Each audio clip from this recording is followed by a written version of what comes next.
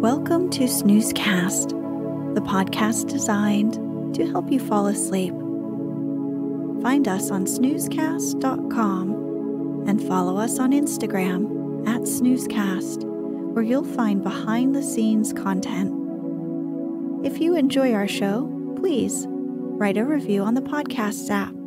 Also, share us with a friend. This episode is brought to you by our Patreon supporters and by a flock of woolly sheep. Tonight, we'll read the story The Devoted Friend, written by Oscar Wilde, published in 1910. Wilde was an Irish poet and playwright. He is remembered for his epigrams and plays, and his novel, The Picture of Dorian Gray. In this fable, told by a linnet, a songbird in the finch family, to teach a water rat some life skills, Hans is an innocent gardener and the devoted friend of a wealthy but manipulative miller. In this story, Wilde pokes fun at a society where charity is less about love and more about ensuring that the wealthy benefit. Let's get cozy. Close your eyes.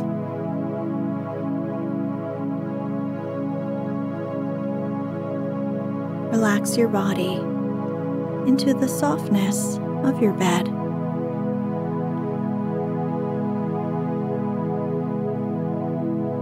Now, take a few deep breaths.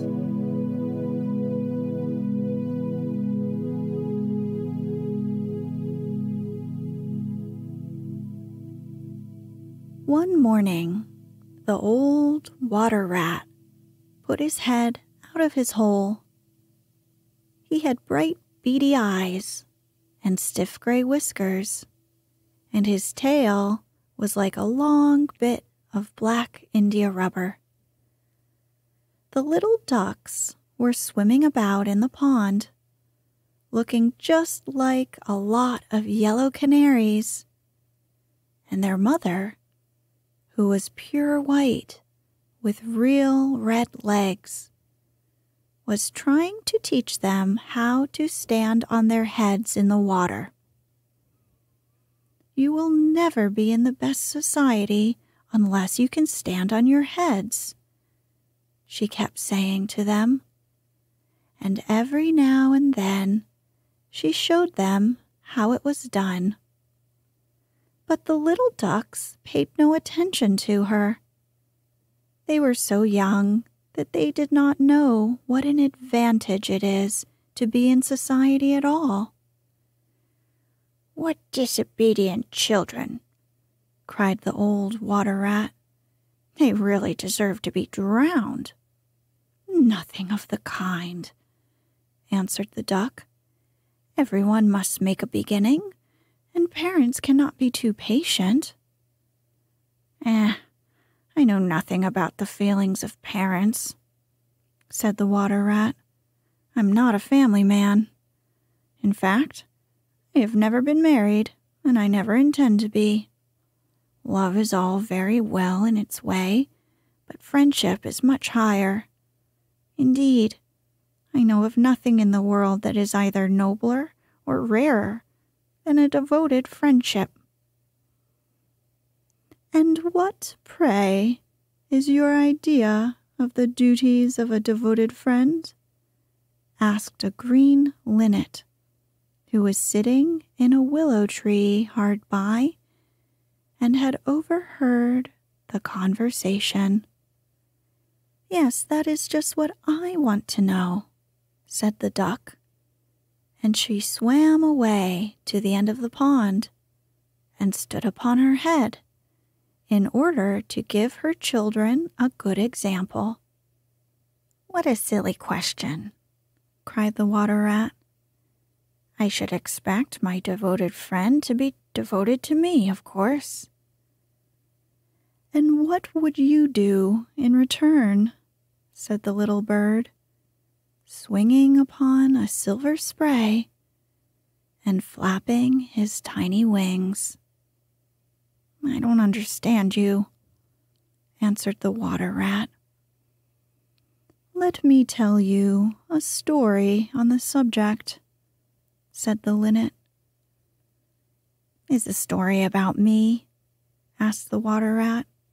"If so, I'll listen to it, for I am extremely fond of fiction."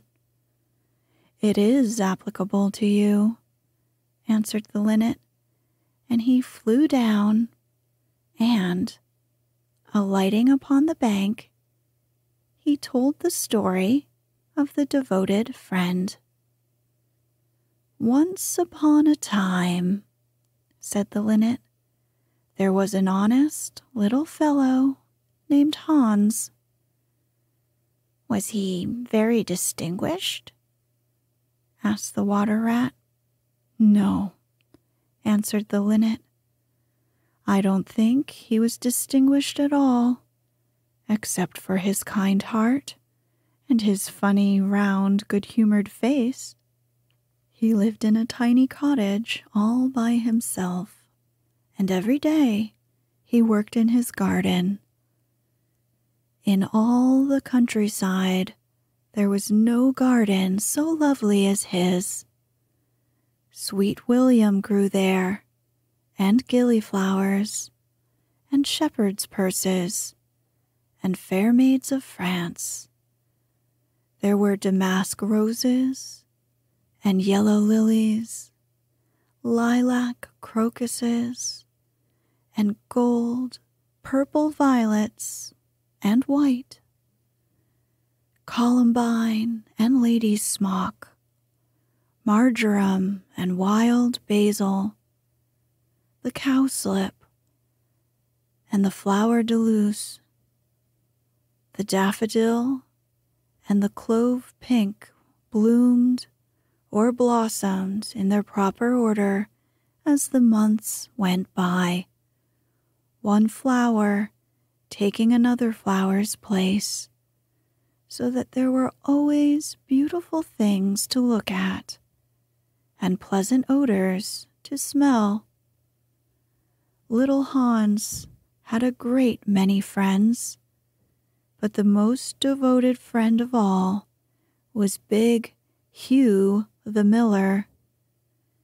Indeed, so devoted was the rich miller to little Hans that he would never go by his garden without leaning over the wall and plucking a large nosegay, or a handful of sweet herbs, or filling his pockets with plums and cherries if it was the fruit season. "Real friends should have everything in common," the miller used to say, and little Hans nodded and smiled and felt very proud of having a friend with such noble ideas. Sometimes, indeed, the neighbors thought it strange that the rich miller never gave little Hans anything in return, though he had 100 sacks of flour stored away in his mill, and 6 cows, and a large flock of woolly sheep. But Hans never troubled his head about these things, and nothing gave him greater pleasure than to listen to all the wonderful things the miller used to say about the unselfishness of true friendship. So, little Hans worked away in his garden. During the spring, the summer, and the autumn, he was very happy. But when the winter came, and he had no fruit or flowers to bring to the market, he suffered a good deal from cold and hunger, and often had to go to bed without any supper but a few dried pears or some hard nuts. In the winter, also, he was extremely lonely, as the miller never came to see him then. "There is no good in my going to see little Hans as long as the snow lasts," the miller used to say to his wife, "for when people are in trouble, they should be left alone and not be bothered by visitors. That at least is my idea about friendship, and I'm sure I'm right. So I shall wait till the spring comes, and then I shall pay him a visit, and he will be able to give me a large basket of primroses, and that will make him so happy." "You are extremely thoughtful about others," answered the wife, as she sat in her comfortable armchair by the big pine-wood fire. "Very thoughtful indeed. It is quite a treat to hear you talk about friendship. I am sure the clergyman himself could not say such beautiful things as you do, though he does live in a 3-storied house and wear a gold ring on his little finger. But could we not ask little Hans up here?" said the miller's youngest son. "If poor Hans is in trouble, I'll give him half my porridge and show him my white rabbits."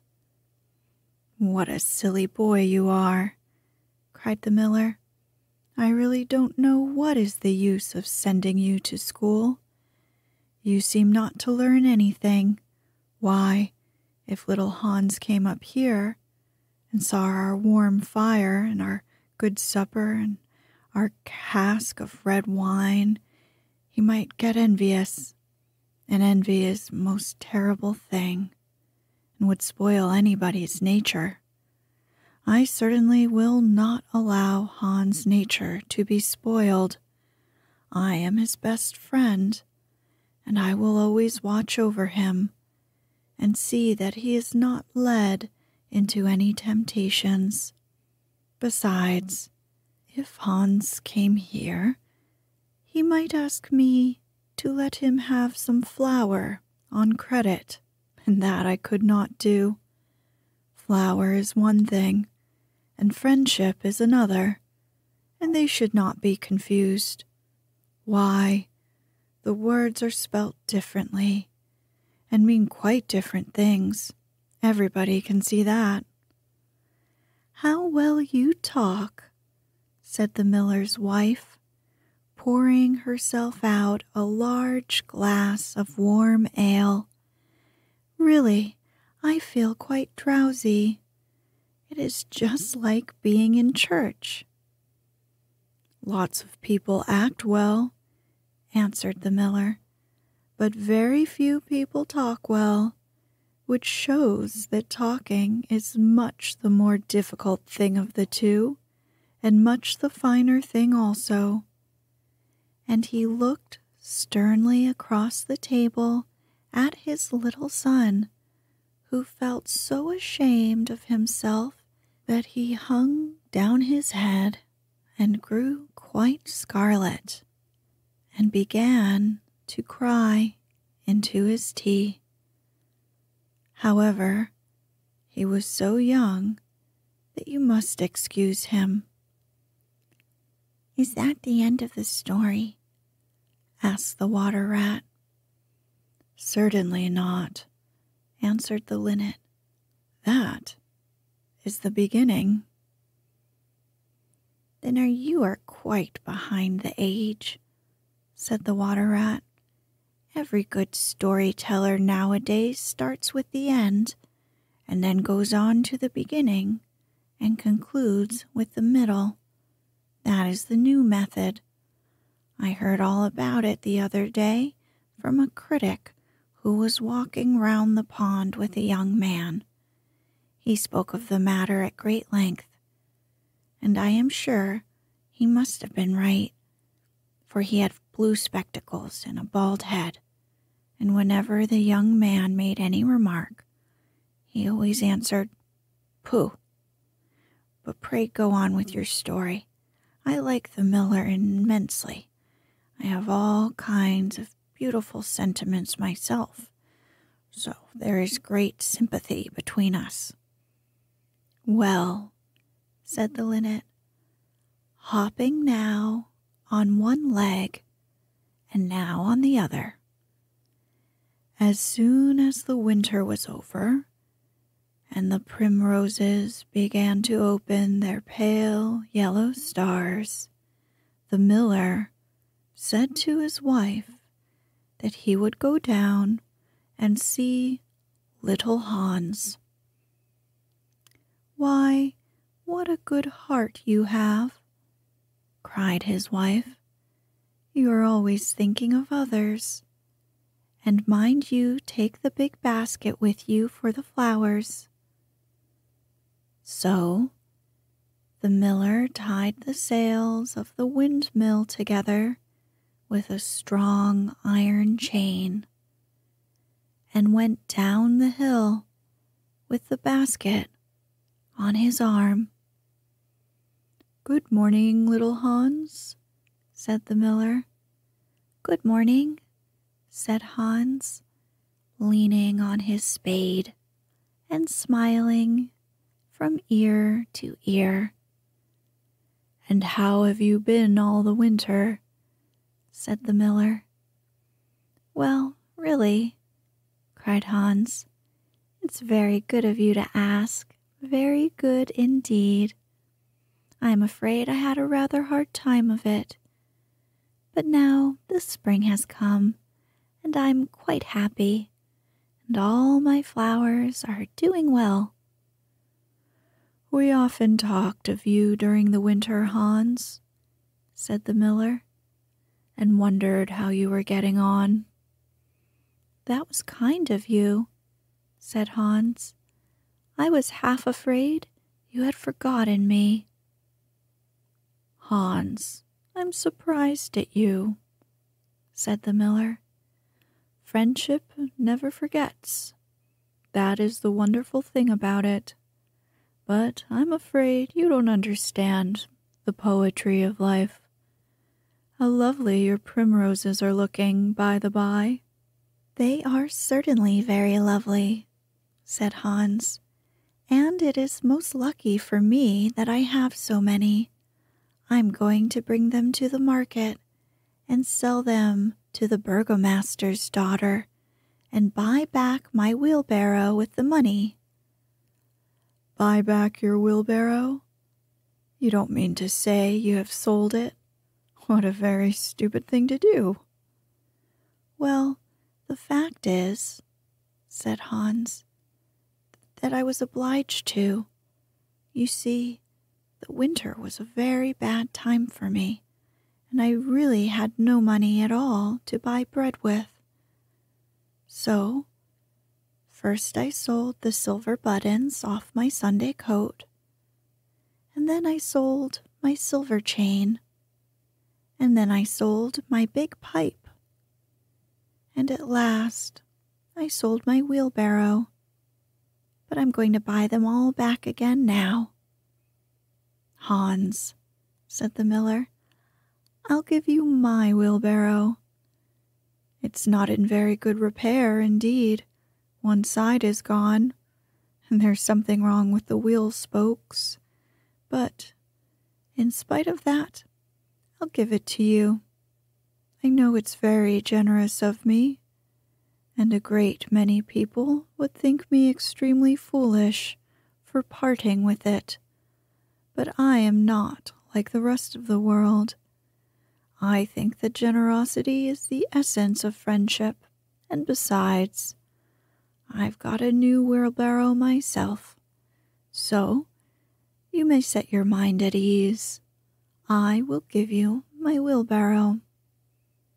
"Well, really, that is generous of you," said little Hans, and his funny round face glowed all over with pleasure. "I can easily put it in repair, as I have a plank of wood in the house." "A plank of wood?" said the miller. "Why, that is just what I want for the roof of my barn. There's a very large hole in it, and the corn will all get damp if I don't stop it up. How lucky you mentioned it. It's quite remarkable how one good action always breeds another. I've given you my wheelbarrow, and now you are going to give me your plank. Of course, the wheelbarrow is worth far more than the plank, but true friendship never notices things like that. Pray get it at once, and I will set to work at my barn this very day." "Certainly," cried little Hans, and he ran into the shed and dragged out the plank. "It's not a very big plank," said the miller, looking at it, "and I'm afraid that after I have mended my barn roof, there won't be any left for you to mend the wheelbarrow with. But, of course, that is not my fault. And now, as I've given you my wheelbarrow, I'm sure you would like to give me some flowers in return. Here's the basket, and mind you, fill it quite full." "Quite full," said little Hans, rather sorrowfully, for it was really a very big basket, and he knew that if he filled it, he would have no flowers left for the market, and he was very anxious to get his silver buttons back. "Well, really," answered the miller, "as I have given you my wheelbarrow, I don't think that it's much to ask you for a few flowers. I may be wrong, but I should have thought that friendship, true friendship, was quite free from selfishness of any kind." "My dear friend, my best friend," cried little Hans, "you're welcome to all the flowers in my garden. I would much sooner have your good opinion than my silver buttons any day." And he ran and plucked all his pretty primroses and filled the miller's basket. "Goodbye, little Hans," said the miller, as he went up the hill with the plank on his shoulder and the big basket in his hand. "Goodbye," said little Hans, and he began to dig away quite merrily. He was so pleased about the wheelbarrow. The next day he was nailing up some honeysuckle against the porch when he heard the miller's voice calling to him from the road. So he jumped off the ladder and ran down the garden and looked over the wall. There was the miller with a large sack of flour on his back. "Dear little Hans," said the miller, "would you mind carrying this sack of flour for me to the market?" "Oh, I'm so sorry," said Hans, "but I'm really very busy today. I've got all my creepers to nail up, all my flowers to water, and all my grass to roll." "Well, really," said the miller, "I think that, considering that I'm going to give you my wheelbarrow, it's rather unfriendly of you to refuse." "Oh, don't say that," cried little Hans. "I wouldn't be unfriendly for the whole world. and he ran in for his cap and trudged off with the big sack on his shoulders. It was a very hot day, and the road was terribly dusty, and before Hans had reached the 6th milestone, he was so tired that he had to sit down and rest. However, he went on bravely, and at last he reached the market. After he had waited there some time, he sold the sack of flour for a very good price, and then he returned home at once, for he was afraid that if he stopped too late, he might meet some robbers on the way. "It has certainly been a hard day," said little Hans to himself as he was going to bed, "but I'm glad I did not refuse the miller, for he is my best friend, and besides, he's going to give me his wheelbarrow." Early the next morning, the miller came down to get the money for his sack of flour, but little Hans was so tired that he was still in bed. "Upon my word," said the miller, "you're very lazy. Really, considering that I'm going to give you my wheelbarrow, I think you might work harder. Idleness is a great sin, and I certainly don't like any of my friends to be idle or sluggish. You must not mind me speaking quite plainly to you. Of course, I should not dream of doing so if I were not your friend, but what is the good of friendship if one cannot say exactly what one means? Anybody can say charming things and try to please and flatter, but a true friend always says unpleasant things and does not mind giving pain. Indeed, if he is really truly a friend, he prefers it, for he knows that then he is doing good." "I'm so sorry," said little Hans, rubbing his eyes and pulling off his nightcap. "I was so tired that I thought I would lie in bed for a little time and listen to the birds singing. Do you know that I always work better after hearing the birds sing?" "Well, I'm glad of that," said the miller, clapping little Hans on the back, "for I want you to come up to the mill as soon as you're dressed and mend my barn roof for me." Poor little Hans was very anxious to go and work in his garden, for his flowers had not been watered for 2 days, but he did not like to refuse the miller, as he was such a good friend. "Do you think it would be unfriendly of me if I said I was busy?" he inquired in a shy and timid voice. "Well, really," answered the miller, "I do not think it's much to ask of you, considering that I'm going to give you my wheelbarrow. But of course, if you refuse, I will go and do it myself." Oh no, on no account," cried little Hans, and he jumped out of bed and dressed himself and went up to the barn. He worked there all day long, till sunset, and at sunset the miller came to see how he was getting on. "Have you mended the hole in the roof yet, little Hans?" cried the miller in a cheery voice. "It's quite mended," answered little Hans, coming down the ladder.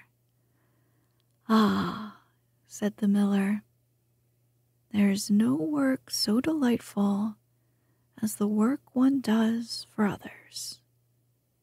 It is certainly a good privilege to hear you talk, answered little Hans, sitting down and wiping his forehead.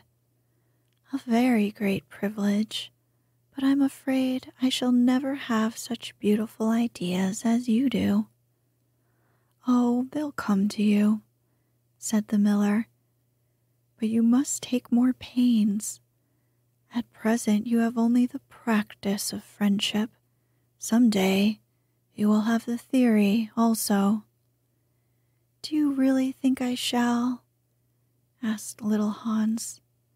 I've no doubt of it, answered the miller. But now that you have mended the roof, you had better go home and rest. Now, it happened that one evening little Hans was sitting by his fireside when a loud rap came at the door. It was a very wild night, and the wind was blowing and roaring round the house so terribly that at first he thought it was merely the storm. But a second rap came, and then a third, louder than any of the others. It must be some poor traveler, said little Hans to himself, and he ran to the door. There stood the miller, with a lantern in one hand and a big stick in the other. Dear little Hans, cried the miller, I'm in great trouble. My little boy has fallen off a ladder and hurt himself, and I'm going for the doctor. But he lives so far away, and it is such a bad night that it's just occurred to me that it would be much better if you went instead. You know I'm going to give you my wheelbarrow, so it's only fair that you should do something for me in return. Certainly, cried little Hans. I take it quite as a compliment, you coming to me, and I will start off at once. But you must lend me your lantern, as the night is so dark that I'm afraid I might fall into the ditch. I'm very sorry, answered the miller, but it's my new lantern, and it would be a great loss if anything happened to it. Well, never mind, I'll do without, cried little Hans, and he took down his great fur coat and his warm scarlet cap and tied a muffler round his throat and started off. What a dreadful storm it was! The night was so black that little Hans could hardly see, and the wind was so strong that he could hardly stand. However, he was very courageous, and after he had been walking about 3 hours, he arrived at the doctor's house and knocked at the door. Who's there? Cried the doctor, putting his head out of the bedroom window. Little Hans, doctor. What do you want, little Hans? The miller's son has fallen from a ladder and has hurt himself, and the miller wants you to come at once. All right, said the doctor, and he ordered his horse and his big boots and his lantern and came downstairs and rode off in the direction of the miller's house, little Hans trudging behind him.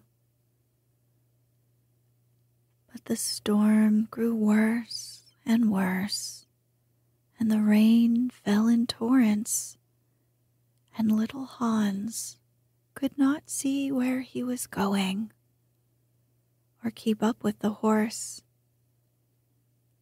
At last he lost his way and wandered off on the moor, which was a risky place to walk in the dark, as it was full of deep holes.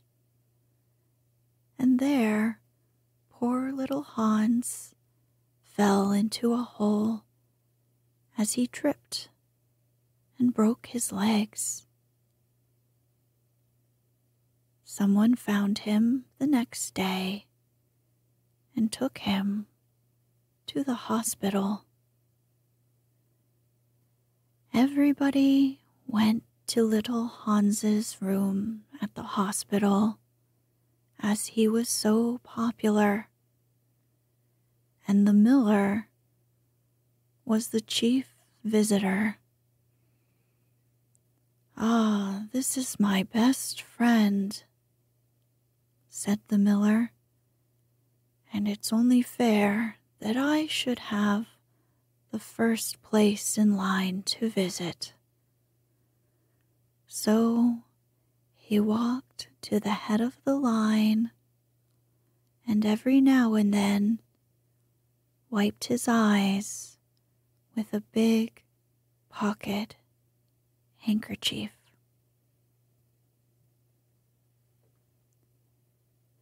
"Little Hans will certainly be out of commission for a while," said the blacksmith outside the hospital, as they were all seated comfortably in the inn, drinking spiced wine and eating sweet cakes. "Yes, it is sad," answered the miller. "Why, I had as good as given him my wheelbarrow, and now I don't really know what to do with it. It's very much in my way at home, and it's in such bad repair that I could not get anything for it if I sold it.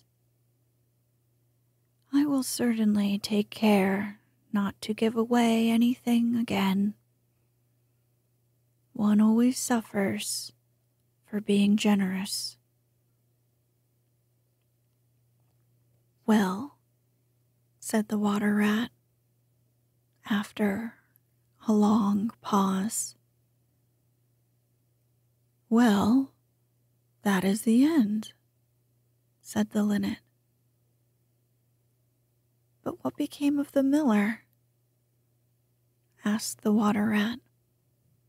"Oh, I really don't know," replied the linnet, "and I'm sure that I don't care." "It's really quite evident that you have no sympathy in your nature," said the water rat. "I'm afraid that you don't quite see the moral of the story," remarked the linnet. "The what?" screamed the water rat. "The moral. Do you mean to say that the story has a moral?" "Certainly," said the linnet. "Well, really," said the water rat in a very angry manner, "I think you should have told me that before you began.